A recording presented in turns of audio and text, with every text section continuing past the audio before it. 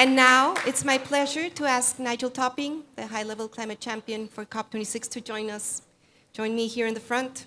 He has worked this year to put resilience at the front of the climate agenda for COP28. So Nigel, what does roof over our head? Why does it matter to you? Well, I'm feeling all emotional here because, and I was just reflecting, Annie, it's all your fault. Because WRI asked me and Sheila to act on an advisory board about 5 years ago, and we all get to sit on lots of advisory boards, and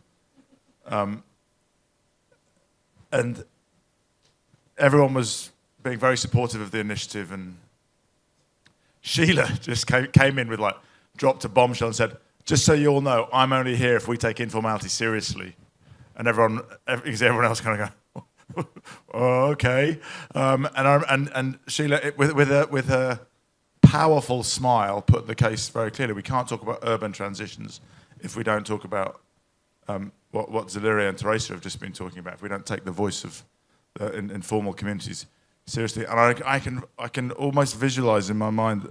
I wrote in my notebook, "End of slums 2030." We have to really up the scale, and. But I'm also emotional. I walk into this room. There's many of my kind of climate heroes in the room. Christina's one, absolutely. Mary, Sheila, Sandrine, dear friend, all women. Mary, I don't know if you remember in Glasgow. I was in the back of a cab with Gonzalo, the Chilean champion of COP25, and Gonzalito. Oh, Gonzalo. Oh no, I'm going to get really emotional now. It's like a reunion. Anyway, we were in the back of the car with our dear friend Cristiana Figueres, and I think it was towards the end, and she sent, I think, an email to a few of people saying that Gonzalo and Nigel done a good job, and Mary, quick as a flash, sent an email back saying, "Yes, not bad for two men." So that's high praise from Mary.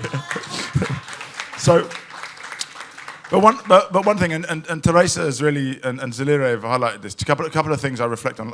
It's interesting, Christina, that you talked about the need to translate what Zeliria was saying for the private sector, and this is a task. This task of translation is something we've all got to take much more seriously. I was just in a session, Mary, that session we were in, and Connor from the UNFCCC was talking to mayors and CEOs about the Coronivia program and SBs, and I'm like, no, they don't. It's not. It's a secret code that negotiators know, and we all have our secret codes, right? So I think one of the beautiful things about Roof Over Our Heads is we're going to be translating so that we learn enough of each other's languages that we can work together.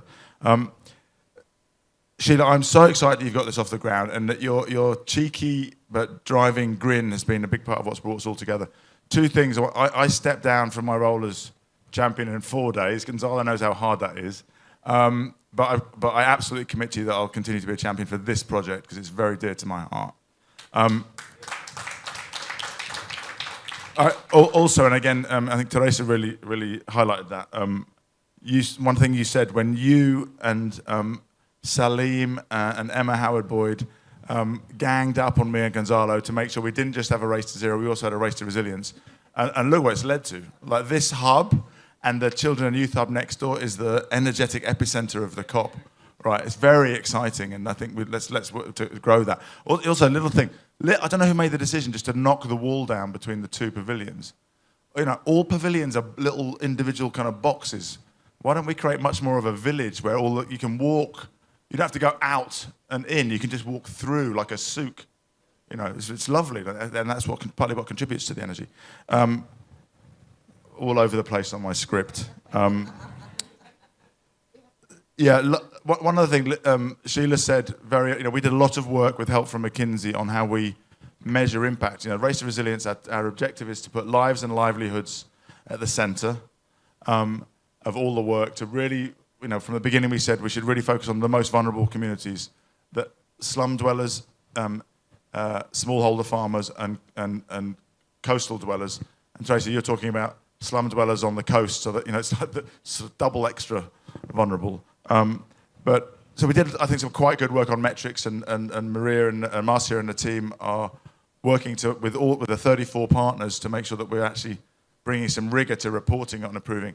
But Sheila said to me, "This is really good, Nigel, but the only way you'll really know if you're having an impact is if the poor women of the world tell you it's making a difference."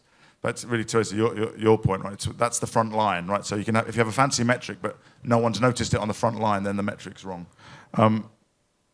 I also think this sense that there is, well, the fact that there is deep injustice, there's climate injustice, economic injustice, gender injustice at the heart of this program, but injustice doesn't have to be met just with passive victimhood. In fact, the very opposite is met with resilience, collaboration, resourcefulness, innovation, and yes, a request for some solidarity, which I think you described really beautifully. And I think that, for me, one of the most encouraging things in this whole movement that we're a part of is that more self-assured, confident voice from those on the receiving end of climate injustice is being raised up. When we went to Africa for the Climate Week, Africa Climate, it was very, very strong. Right?